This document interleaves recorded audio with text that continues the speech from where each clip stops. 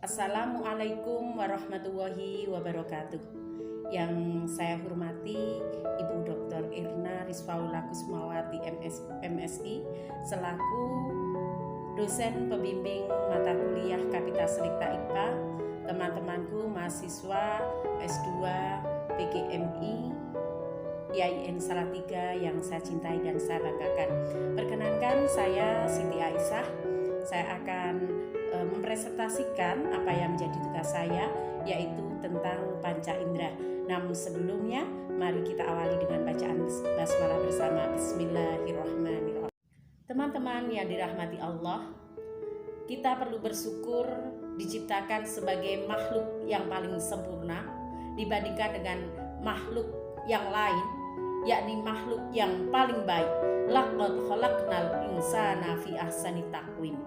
Salah satu bentuk kesempurnaan manusia sebagai makhluk Allah telah menganugerahkan kepada manusia dengan adanya sistem indera, yang mana sistem indera pada manusia itu terdapat 5 yang sering disebut dengan panca indera, yakni alat tubuh yang berguna untuk mengetahui keadaan di luar. Jadi kita bisa melihat pemandangan yang indah, bisa mendengarkan suara Pak Mu'min yang merdu, bisa mencium aroma bunga mawar, bisa merasakan lezatnya durian. Itu karena kita memiliki panca indera. Dan alat-alat indera ini diciptakan oleh Allah supaya kita bersyukur. Wallahu akhrajakum min butuni ummahatikum la ta'lamuna syai'a wa ja'ala lakum sam'a wal absara wal af'ida la'allakum tashkurun. Jadi Allah mengeluarkan kamu semua dari perut ibumu dalam keadaan kalian tidak tahu. Wa ja'ala lakum sam'a, kemudian Allah menciptakan as-sam'a, yaitu pendengaran, wal absara, penglihatan, wal afidah, dan hati, supaya kalian semua bersyukur. Nah, baik teman-teman, untuk indera yang pertama yang akan kita pelajari yaitu tentang indera penglihatan atau mata. Coba teman-teman, sekarang kalian coba mata kalian tutup. Yuk, kira-kira ketika mata kalian ditutup, itu kita bisa melihat tidak? Tentunya tidak bisa. Jika kita bisa melihat, itu mungkin hanya remang-remang saja. Nah, Allah pernah berfirman dalam surat Yasin, wa ja'alna min baini aydihim sadda wa min khalfihim sadda fa aghshaynahum fahum la yubsirun. Dan kami adakan di hadapan mereka dinding dan di belakang mereka dinding pula, dan kami tutup mata mereka sehingga mereka tidak dapat melihat. Nah, ketika mata kita tertutup, itu kita tidak bisa melihat. Subhanallah. Jadi Allah memberikan anugerah kepada manusia supaya dapat melihat, yaitu ada organ tubuh yang disebut dengan mata. Nah, dalam mata ini ada bagian mata yang perlu kita pelajari, kenapa sampai manusia itu dapat melihat. Nah, coba perhatikan gambar ini. Perhatikan. Jadi bagian mata itu yang pertama ada yang dinamakan kornea. Nah, ini adalah yang namanya kornea. Kornea itu atau disebut dengan selaput bening. Nah, selaput bening itu merupakan jaringan yang berbentuk kubah transparan yang membentuk bagian mata terdepan atau paling luar. Adapun fungsi kornea itu adalah sebagai jendela dan jalan masuk cahaya ke mata. Dengan kornea itu bisa melihat kata-kata dan gambar secara jelas, berfungsi dapat memberikan 65-75% kekuatan fokus mata. Kemudian setelah kornea itu ada bilik mata depan, ya, bilik mata depan atau anterior chamber, yaitu kantung mirip jeli yang berada di belakang kornea, yakni di depan lensa. Kantung yang juga dikenal dengan istilah anterior chamber ini berisi cairan aqueous humor yang membantu membawa nutrisi ke jaringan mata. Kemudian yang ketiga itu ada sklera. Sklera itu adalah bagian mata yang berbentuk selaput putih keras dengan jaringan fibrosa yang menutupi seluruh bola mata kecuali bagian kornea. Dan yang keempat ada iris atau selaput pelangi, yaitu suatu jaringan yang kaya dengan pembuluh darah. Iris ini terletak di tengah-tengah bola mata, ya. Jadi iris ini terletak di tengah-tengah bola mata, yang mana iris ini terletak di belakang selaput bening kornea. Iris ini berguna menggerakkan pupil ketika mengatur banyaknya cahaya yang akan masuk ke dalam mata. Nah, sedangkan pupil sendiri itu merupakan anak mata, yaitu celah atau lubang bundar yang ada di tengah-tengah iris. Nah, pupil ini berguna untuk mengatur masuknya cahaya ke dalam mata. Jika cahaya yang datang terlalu banyak, maka pupil itu akan menyempit. Sebaliknya, jika cahaya yang masuk sedikit, maka pupil akan melebar. Setelah pupil, ini perhatikan, ini ada yang namanya lensa, ya. Lensa itu merupakan bagian yang berupa jaringan transparan dan lentur yang terletak tepat di belakang iris dan pupil. Kemudian ada koroid dan konjungtiva. Di mana koroid ini, ya ini koroid adalah bagian mata yang berbentuk membran coklat gelap yang terdapat banyak pembuluh darah di dalamnya. Posisinya itu terletak di antara sklera dan retina. Korea ini berfungsi untuk memasok darah dan nutrisi ke retina dan ke semua struktur lainnya pada anatomi mata. Kemudian ada badan vitreous. Badan vitreous itu berbeda dengan cairan aqueous humor yang adanya di depan lensa mata. Vitreous humor itu terletak di belakang lensa mata. Kemudian ada retina dan saraf optik. Retina itu adalah sebuah jaringan yang peka terhadap cahaya. Retina ini melepasi permukaan bagian-bagian dalam anatomi mata. Sel pada retina dapat mengubah cahaya masuk menjadi impuls listrik. Impuls listrik ini dibawa oleh saraf optik ke otak yang akhirnya menafsirkannya sebagai gambar atau objek yang mata lihat. Dan yang ke-10 itu ada makula. Makula itu adalah area sensitif kecil. Letaknya di tengah retina yang dapat memberikan penglihatan sentral. Pada makula terdapat fovea yang berfungsi untuk memberikan penglihatan detail yang paling tajam pada mata. Dan ada pula yaitu kelopak mata atau palpebral, yakni bagian anatomi di bagian luar yang berfungsi dapat membantu menjaga kesehatan mata dengan melindungi kornea dari paparan benda asing seperti infeksi, cedera, serta penyakit. Indera yang kedua yang akan kita pelajari yakni tentang indera pendengaran. Manusia bisa mendengar karena memiliki telinga. Innama yastajibul ladzina yasma'un wal mauta yab'atsuhumullahu tsumma ilaihi yurja'un. Hanya mereka yang mendengar sajalah yang mematuhi seruan Allah. Dan orang-orang yang mati hatinya akan dibangkitkan oleh Allah, kemudian kepadanya lah mereka dikembalikan. Nah, indera yang kedua yakni pendengaran. Kita dapat mendengar suara. Itu karena kita memiliki telinga. Nah, sekarang coba kita amati gambar telinga. Nah, telinga ini memiliki bagian-bagian. Di antaranya yang pertama itu ada telinga luar yang memang bisa kita lihat secara kasat mata. Kemudian ada telinga bagian tengah dan juga ada telinga bagian dalam. Nah, untuk yang pertama, telinga bagian luar itu terdiri dari yang pertama ada daun telinga dan yang kedua ada lubang telinga. Daun telinga ini disebut dengan pinna, yakni struktur yang menonjol yang merupakan kartilago terbalut kulit yang berfungsi untuk menangkap gelombang suara. Kemudian ada lubang telinga ya, atau disebut meatus acousticus externa fungsinya itu sebagai jalan masuk bunyi ke dalam telinga. Selanjutnya setelah kita melihat bagian luar telinga, itu di tengah, bagian tengah telinga itu terdiri dari 3 bagian. Yang pertama ada gendang telinga yang sering disebut dengan membran timpani. Nah, gendang telinga ini merupakan selaput tipis yang membatasi liang telinga dengan telinga bagian tengah.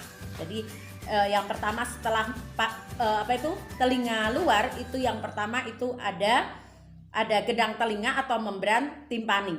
Gendang ini akan menyalurkan getaran di udara ke tulang-tulang kecil telinga tengah.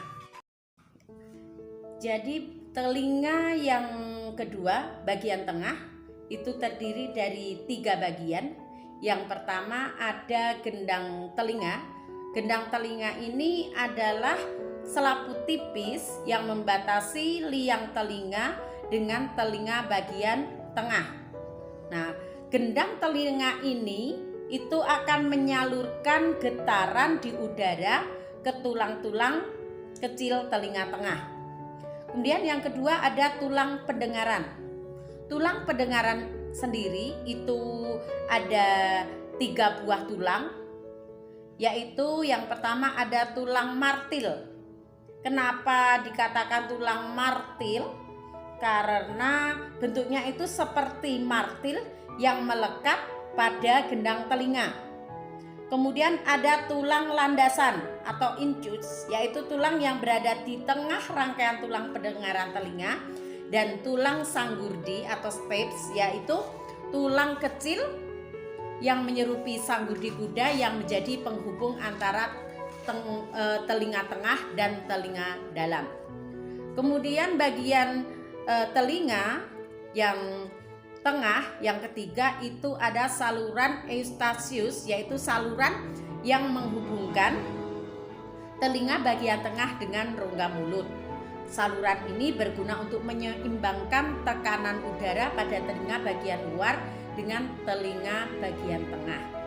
Kemudian bagian telinga yang paling dalam itu terdiri dari yang pertama ada rumah siput atau yang disebut dengan koklea, yaitu sebuah struktur yang menyerupai siput. Jadi seperti siput ya, yang merupakan bagian dari telinga dalam. Kalau kita ini tidak bisa melihat secara kasat mata, tapi kita bisa melihat pada bagian gambar ini ya. Jadi yang merupakan sistem tubular terkurung yang berada di dalam tulang temporalis. Kemudian yang kedua ada tingkap tingkap jorong. Itu masih di dalam bagian dalam, yaitu membran yang berbentuk oval yang berhubungan dengan tulang sanggurdi. Kemudian tingkap jorong ini berfungsi untuk menyalurkan getaran ke telinga dalam. Kemudian ada lagi tingkap bundar, yaitu membran berbentuk bulat atau bundar sebagai penyeimbang getaran. Dan yang keempat ada 3 saluran setengah lingkaran atau disebut dengan kanalis semisirkularis, yaitu 3 buah saluran setengah lingkaran yang satu dengan yang lain membentuk sudut 90 derajat. Nah, pada pangkal 3 saluran setengah lingkaran ini terdapat sakulus dan urtikulus untuk mengetahui gerak badan yang berfungsi sebagai alat keseimbangan. Selanjutnya indera yang ketiga yaitu indera penciuman atau hidung. Hidung ini ternyata selain berfungsi untuk bernafas, hidung itu mempunyai fungsi yang sangat kompleks. Kita bisa merasakan lezatnya makanan itu karena juga memiliki hidung. Selain itu, hidung ini juga dapat menghindari seseorang dari penyakit. Dan hidung itu merupakan indera penciuman yang bisa membau, sebagaimana Nabi Yakub itu bisa mencium bau putranya yaitu Nabi Yusuf alaihissalam, sebagaimana dalam firman Allah Subhanahu wa taala, walamma fasolatil airu qala abuhum inni la ajidu riha yusfa laula antufannidun. Dan ketika kafilah itu telah keluar dari negeri Mesir, ayah mereka berkata, sesungguhnya aku, maksudnya di sini adalah Nabi Yakub, mencium bau Yusuf. Sekiranya kamu tidak menuduhku lemah akal, tentu kamu membenarkan aku. Nah, berdasarkan ayat ini, bahasanya keistimewaan indera penciuman itu letaknya paling dekat dengan otak dan jaringan urat saraf. Indera tersebut melekat di selaput lendir yang terdapat dalam hidung. Nah, nikmat Allah yang dikaruniakan kepada manusia adalah dengan menjadikan hidung sebagai sarana untuk menyaring dan membersihkan udara yang dihirup, mendinginkan suhu udara, dan memperhalus tekanannya. Nah, oleh karena itu mari kita pelajari bagian-bagian dari hidung. Baik, coba kita amati bagian-bagian dari hidung. Ya, jadi hidung itu terdiri, yang pertama ada hidung eksternal atau yang dapat dilihat dari luar atau kasat mata ya. Ya, kalau dilihat bentuknya ada yang mancung, ada yang pesek. Nah, seperti itu. Nah, hidung eksternal ini adalah bagian luar yang dapat kita lihat langsung oleh mata. Struktur hidung luar ini terdiri dari tulang hidung, kemudian jaringan lemak, serta tulang rawan, yaitu jaringan yang lebih padat dari kulit dan otot. Namun itu tidak sekeras otot biasa. Di bagian teratas hidung itu disebut nasal root ya. Ini adalah nasal root, yaitu akar yang menghubungkan hidung dengan dahi. Kemudian bagian bawah hidung disebut apex ya. Pada apex ini dapat dilihat dua lubang terpisah yang disebut dengan eksternal nares. Kemudian melalui lubang ini ya, udara akan masuk ke rongga hidung. Nah, selain lubang hidung ini terdapat septum. Septum itu apa? Ini loh. Tengah-tengah ini dinding atau jembatan yang memisahkan antara lubang yang satu dengan tulang lainnya dari tulang rawan yang memisahkan bagian kiri dan bagian kanan hidung. Kemudian yang kedua ada rongga hidung. Rongga hidung itu ya, setelah tadi udara melewati lubang hidung, udara itu akan memasuki kafumnasi, yaitu rongga pada anatomi hidung yang meliputi ada nasal, vestibule, dan kongka. Nah, nasal vestibule itu ruangan yang terletak tepat di balik hidung. Tepat persis di balik hidung bagian depan yang dilapisi oleh jaringan epitel, memiliki bulu-bulu kasar yang disebut bulu hidung atau silia. Adapun kongka itu di mana? Yaitu kongka itu adalah lekukan pada rongga hidung bagian dalam dan memiliki 3 bagian, yaitu ada superior, atas, tengah, dan inferior atau bawah. Nah, pada kongka ini terdapat saraf olfaktori atau saraf penciuman. Rangsangan bau itu akan disampaikan ke otak, hingga akhirnya otak menyimpulkan bau apa yang sedang dicium. Setelah udara melewati kongka, maka udara masuk ke arah nasofaring, yakni ruangan yang menghubungkan antara hidung dengan rongga mulut. Selanjutnya udara akan masuk ke dalam organ lainnya di luar rongga hidung, yakni laring trakea, hingga diproses menuju ke paru-paru. Kemudian yang ketiga ada membran mukosa. Membran mukosa itu apa? Jaringan tipis yang melapisi anatomi hidung yang berfungsi untuk mengatur suhu udara yang masuk serta melembabkan hidung. Selain itu, membran mukosa ini dapat menghasilkan lendir atau ingus ya, atau upil. Itu fungsi dari lendir adalah menangkap benda-benda asing yang masuk ke dalam hidung. Dan yang keempat itu ada sinus. Sinus itu adalah rongga yang terletak di dekat hidung. Lubang yang mengarah ke sinus itu juga termasuk dalam struktur rongga hidung. Sinus ini berfungsi untuk meringankan beban di tulang tengkorak dan berperan dalam suara manusia. Ternyata suara manusia itu juga dipengaruhi oleh hidung juga. Ya, selanjutnya indera yang keempat yaitu indera peraba atau kulit ya. Jadi kita bisa merasakan dingin, panas, itu karena kita punya kulit. Bahkan kita bisa merasakan sakit, misalnya dicubit, itu sakit. Terbakar, itu sakit. Itu karena kita juga memiliki kulit. Hal ini sebagaimana firman Allah dalam surat An-Nisa ayat 56, innalladzina kafaru biayatina sawfa nuslim naro kullama nadijat juluduhum badalnahum juludan ghayraha liyadhuqul adab innallaha kana azizan hakima. Nah, pada ayat ini bahasanya berdasarkan ayat ini menunjukkan dalam kulit itu terdapat sel-sel perasa yang khusus merasakan sakit pada kulit. Riset-riset fisiologi modern itu menunjukkan bahwa jika kulit terbakar dan sel-sel tersebut hilang, maka rasa sakit pun akan hilang. Nah, adapun kulit ini terdiri dari beberapa lapisan. Yang pertama ada lapisan luar atau disebut juga dengan epidermi, yaitu kulit ari, yaitu lapisan yang paling luar nih, terdiri dari lapisan epitel gepeng. Unsur utamanya itu adalah sel-sel keratinosit dan sel melanosit. Nah, lapisan epidermis ini akan tumbuh terus-menerus. Kemudian lapisan epidermis ini juga bisa mengelupas ya. Mengelupas yang terjadi dikarenakan lapisan induk itu terus-menerus bermitosis terjadi selama 6 sampai 8 minggu. Kulit ari atau epidermis ini memiliki fungsi diantaranya adalah mencegah kuman atau zat berbahaya yang dapat menyebabkan gangguan kesehatan masuk ke dalam tubuh. Kemudian ada lapisan Malpighi. Apa itu lapisan Malpighi? Lapisan Malpighi itu adalah suatu kulit ari yang berada pada bawah lapisan kulit tanduk. Lapisan Malpighi itu tersusun dari sel-sel hidup yang selalu membelah dirinya. Nah, terdapat pada pembuluh kapiler yang berfungsi untuk penyampaian nutrisi.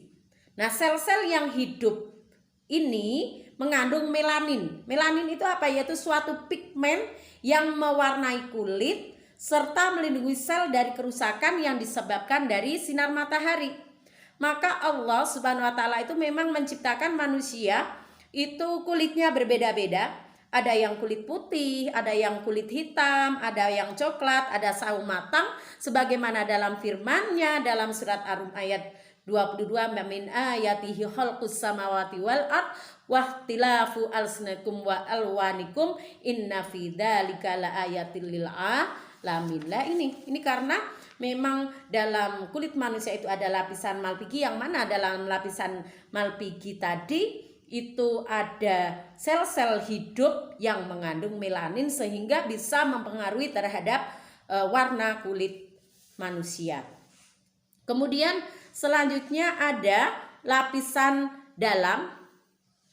Lapisan dalam itu disebut dermis. Lapisan dalam ini terdiri dari jaringan lemak yang berfungsi mengendapkan air di kulit agar kulit tidak lembab. Kemudian ada kelenjar keringat yang fungsinya mengeluarkan kotoran atau keringat. Kemudian saluran keringat yaitu tempat keluarnya keringat. Kemudian ada pembuluh darah yang berfungsi mengalirkan darah ke seluruh tubuh. Dan juga saraf penerima rangsang yang disebut reseptor untuk menanggapi rangsang. Nah, tingkat kepekaan bagian kulit ini tidak sama karena memang sel-sel saraf peraba itu tersebar tidak merata di seluruh permukaan kulit. Indera selanjutnya yang dianugerahkan oleh Allah kepada manusia adalah indera perasa. Alam naj'al lahu 'ainain wa lisanan wa shafatain wa hadainahun najdain. Manusia bisa merasakan garam itu asin, gula itu manis, kemudian jamu itu pahit karena memang manusia diberi anugerah oleh Allah dengan alat tubuh yang namanya lidah.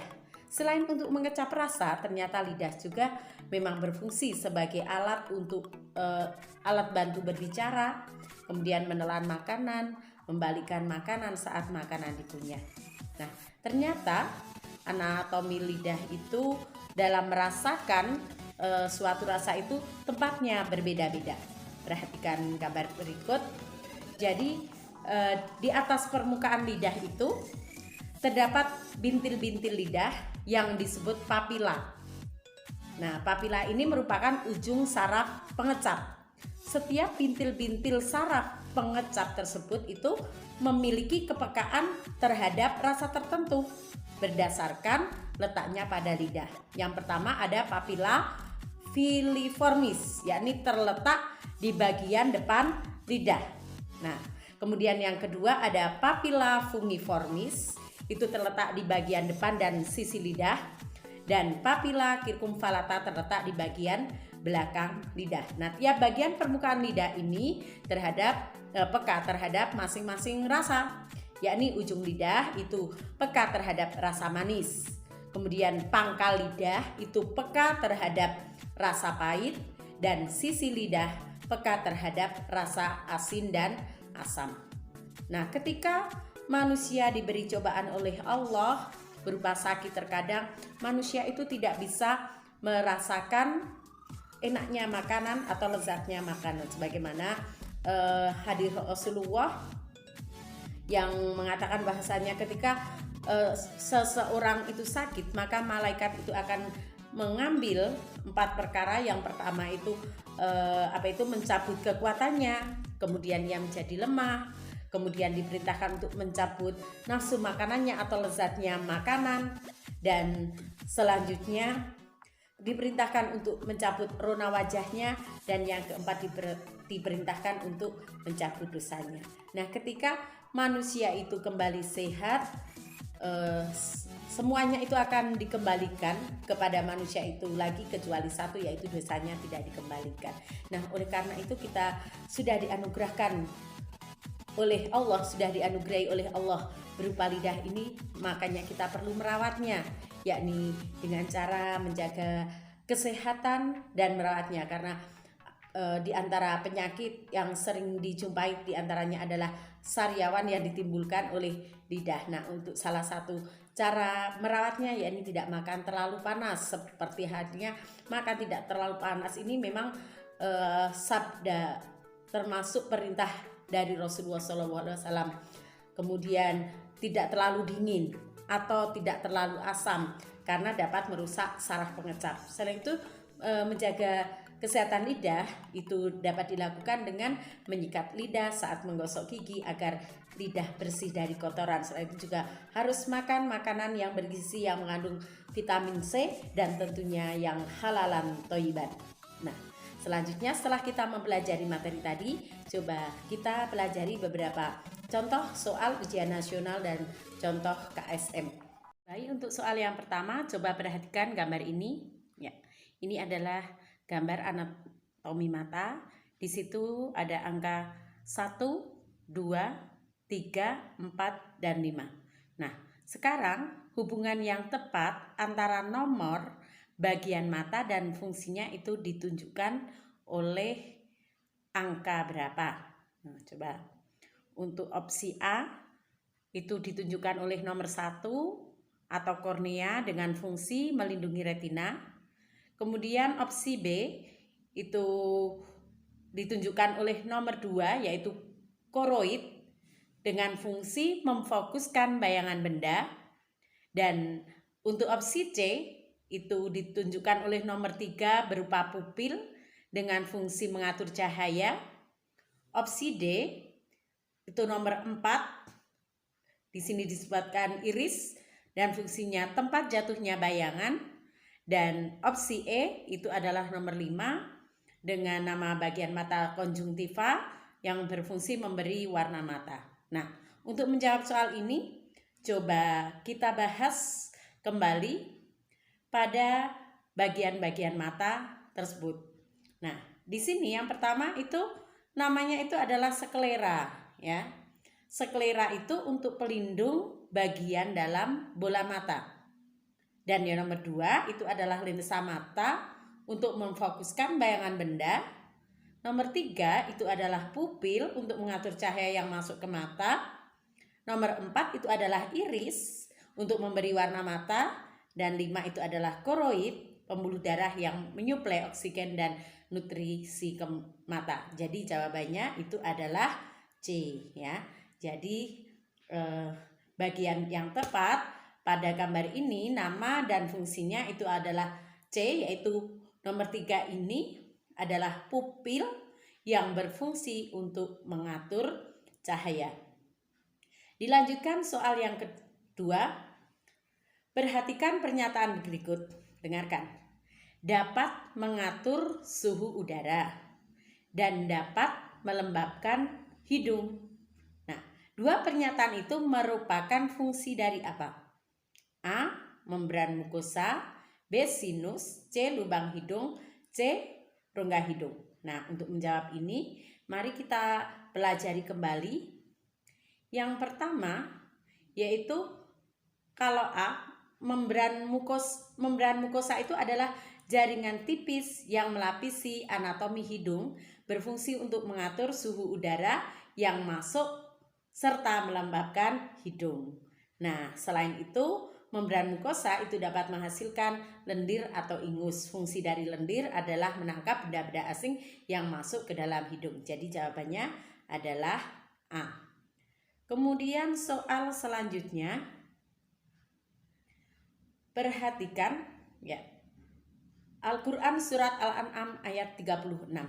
Innama yastajibul ladina yasma'un wal mauta yab'athumullahu thumma ilaihi yurja'un. Allah Subhanahu wa ta'ala menganugerahkan kepada manusia indera pendengaran berupa telinga. Telinga itu terdiri dari bagian luar, bagian tengah, dan bagian dalam. Pada bagian tengah ada tulang yang berbentuk mirip dengan sanggur di kuda. Nah, gambar tulang yang ditunjukkan oleh gambar adalah yang mana? Nah, jadi pembahasannya kemarin yang sanggur di kuda itu adalah tulang kecil yang menyerupai sanggur di kuda yang menjadi penghubung antara telinga tengah dan telinga dalam. Coba amati gambarnya. Berarti yang bentuknya seperti sanggur di kuda adalah A. Ya. Selanjutnya soal terakhir. Dalam Al-Quran surat Yusuf ini ya, disebutkan walamma fasolatil airu qala abuhum inni la ajidu riha yusufa laula an tufannidun. Nabi Yakub alaihissalam dapat mencium bau putranya yaitu Nabi Yusuf alaihissalam. Nah, bagian hidung yang sangat sensitif terhadap bau yang mana? A. Lubang hidung, B. Rongga hidung, C. Membran mukosa, dan D. Sinus. Dan jawabannya adalah B. Nah, jadi pembahasannya ini setelah udara melewati lubang hidung, itu udara akan memasuki kafum nasi atau rongga pada anatomi hidung yang meliputi nasal vestibule dan konka. Nah, nasal vestibule itu ruangan yang terletak tepat di balik hidung bagian depan yang dilapisi oleh jaringan epitel, memiliki bulu-bulu kasar yang disebut bulu hidung atau silia. Adapun konka itu adalah lekukan pada rongga hidung bagian dalam dan memiliki 3 bagian, yaitu superior atau atas, tengah, dan inferior atau bawah. Nah, pada konka ini terdapat saraf olfaktori atau saraf penciuman. Rangsangan bau disampaikan ke otak sehingga akhirnya otak menyimpulkan bau apa yang sedang dicium. Jadi jawabannya adalah B. Nah, demikian presentasi saya tentang panca indera. Masih banyak kekurangan, mohon masukan dari teman-teman dan juga dari ibu dosen, dan atas kekurangan saya mohon maaf. Saya akhiri, wassalamualaikum warahmatullahi wabarakatuh.